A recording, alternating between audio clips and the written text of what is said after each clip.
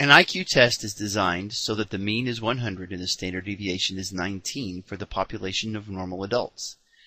Find the sample size necessary to estimate the mean IQ score of statistics students such that it can be said with 95% confidence that the sample mean is within 4 IQ points of the true mean.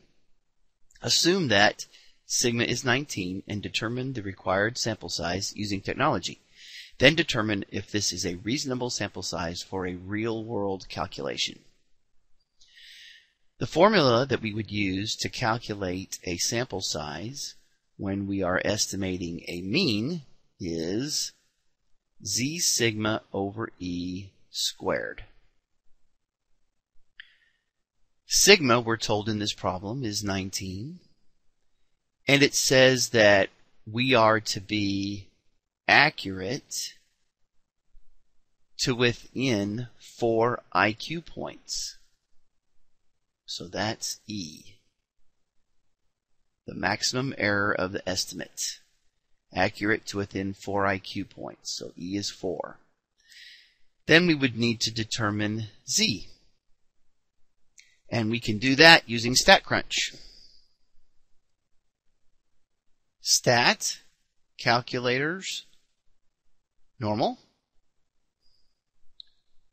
We'll put 0.975. Now, we put 0.975 because if we want to be 95% confident, that means that 95% of the distribution would have to be between a couple of values here. When the mean is specified as 0 and the standard deviation is specified as 1, then what we will get here is a standardized normal distribution, which means that these values here will be z values. And when this value is 0.975, we have 0.025 of the distribution up in this tail. And then if we make this greater than 0.975, that will put 0.025 of the distribution in this tail. And we see that the z values are minus 1.96 when we're to the left of the mean. And if we make this greater than, and this 0.975, or less than rather, then we have 1.96 to the right. Now let's look at the between chart then. So let's put minus 1.96 to the left and positive 1.96 to the right. So what that's telling us is that a z value of minus 1.96 and 1.96 puts 95% of the distribution between those values.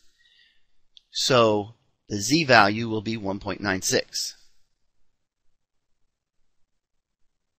So now we'll put those values into this formula. 1.96 times 19 divided by 4, and then that quantity squared.